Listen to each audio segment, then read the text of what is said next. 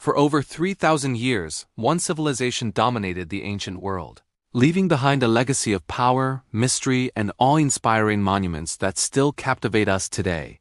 From the Great Pyramids to the enigmatic Cleopatra, the story of ancient Egypt is an epic tale of triumph and tragedy, innovation and decline. How did this kingdom, born from the banks of the Nile, rise to become a superpower? And what forces, both internal and external, led to its eventual fall? Today, we're embarking on a journey through 30 centuries of pharaohs, gods, and empires to uncover the secrets of the rise and fall of ancient Egypt. Our journey begins around 3100 BCE, in a time shrouded in myth. This is the early dynastic period, where a legendary king, possibly Narmer, united the two lands of Upper and Lower Egypt into a single, powerful nation-state. This act of unification was monumental. It wasn't just a political merger. It was the birth of a civilization and the foundation of pharaonic rule. The king was no longer just a ruler. He was a living god, a divine link between the heavens and the earth. This ideology would become the bedrock of Egyptian society for millennia.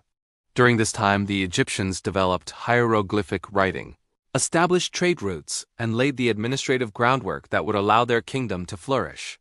It was a period of consolidation, setting the stage for an age of unparalleled ambition and construction. Following this formative era, Egypt entered the Old Kingdom, famously known as the Age of the Pyramids.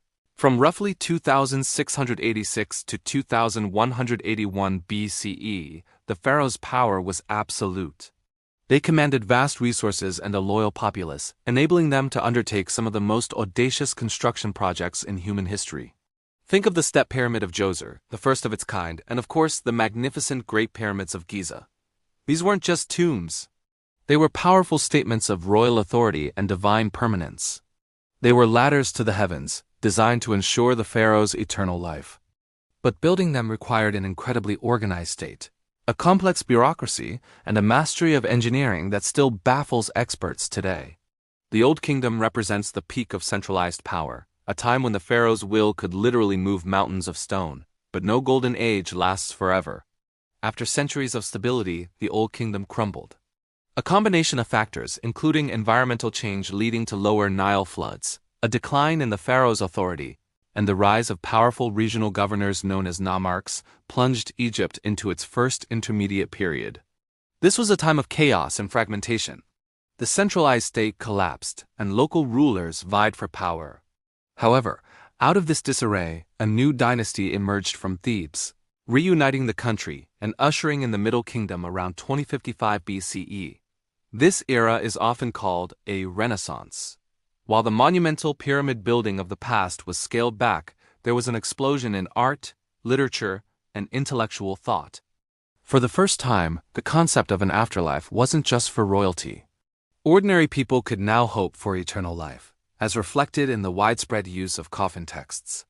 The pharaohs of the Middle Kingdom were seen less as distant gods and more as shepherds of their people, focusing on justice, social welfare, and securing Egypt's borders. It was a period of introspection and cultural depth.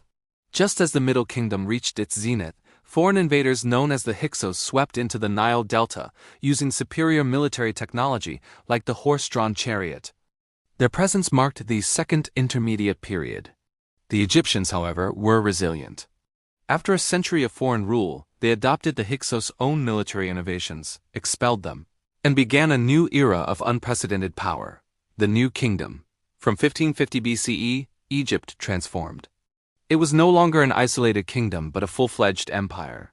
Pharaohs were now warrior kings, leading massive armies to conquer lands from Nubia in the south to Syria in the north. This was the age of legendary figures. We have Hatshepsut, the powerful female pharaoh who ruled as a king and oversaw a period of immense prosperity and trade. Her successor, Thutmose III, became one of history's greatest military geniuses, expanding the empire to its largest extent.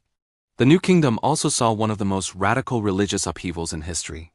The pharaoh, Akhenaten, rejected the entire pantheon of Egyptian gods in favor of a single deity, the sun disk Aten. He moved the capital to a new city, Amarna, and with his famous wife Nefertiti, presided over a complete revolution in art and religion. The art from this period is strikingly different, more naturalistic and intimate. But this revolution was short-lived. After Akhenaten's death, the old gods were swiftly restored, and his memory was systematically erased by his successors, including the most famous pharaoh of all, Tutankhamun. The discovery of Tutankhamun's nearly intact tomb in 1922 gave us an incredible golden glimpse into the wealth and splendor of this imperial age. Following the Amarna period, Egypt's power reached another peak under pharaohs like Ramesses II, also known as Ramesses the Great. He was a master of propaganda, a prolific builder, and a formidable warrior who fought the Hittite Empire at the Battle of Kadesh. His long reign of 67 years was marked by stability and monumental constructions, with temples and statues bearing his name across the land. But even at the height of its power, the seeds of decline were being sown. Constant warfare, vast wealth pouring into the temples, making the priesthood increasingly powerful, and internal corruption began to weaken the state. The end of the New Kingdom saw a series of less effective rulers and growing external threats, including mysterious invaders known as the Sea Peoples who destabilized the entire eastern Mediterranean. Egypt then entered the Late Period, a long, slow decline marked by fragmentation and foreign domination. The once mighty empire became a prize to be fought over by ascending powers. It was conquered by the Kushites from Nubia, then the brutal Assyrians, and later the mighty Persian Empire. While there were brief moments of native resurgence, the era of Egyptian supremacy was over. The pharaohs were often puppets, and the country was a shadow of its former self. This period of weakness culminated in 332 BCE with the arrival of a new conqueror who would change the world forever, Alexander the Great. He was welcomed as a liberator from Persian rule and was crowned pharaoh in Memphis. Alexander's conquest didn't destroy Egyptian culture. Instead, it fused it with Greek traditions, creating a vibrant Hellenistic civilization. After Alexander's death, his general, Ptolemy, took control of Egypt, establishing the Ptolemaic dynasty. For the next 300 years, Egypt was ruled by a Greek-speaking dynasty based in the magnificent new capital of Alexandria, home to the Great Library and the Lighthouse, one of the 7 wonders of the ancient world. This final chapter of independent Egypt is dominated by its last and most famous ruler, Cleopatra VII. She was a brilliant, ambitious, and politically savvy queen who spoke multiple languages, including Egyptian. She navigated the treacherous world of Roman politics, forging alliances with Julius Caesar and later Mark Antony in a desperate bid to preserve her kingdom's independence. But her gamble ultimately failed. Her and Mark Antony's defeat at the Battle of Actium by Octavian, the future Emperor Augustus, sealed Egypt's fate. In 30 BCE, facing capture, Cleopatra took her own life, choosing a dramatic end rather than humiliation in a Roman triumph. With her death, the 3,000-year-long line of pharaohs came to an end. Egypt was absorbed into the Roman Empire, becoming its personal breadbasket. The temples fell silent, the hieroglyphs were forgotten, and the once great civilization slowly faded into the sands of time, its secrets waiting thousands of years to be rediscovered.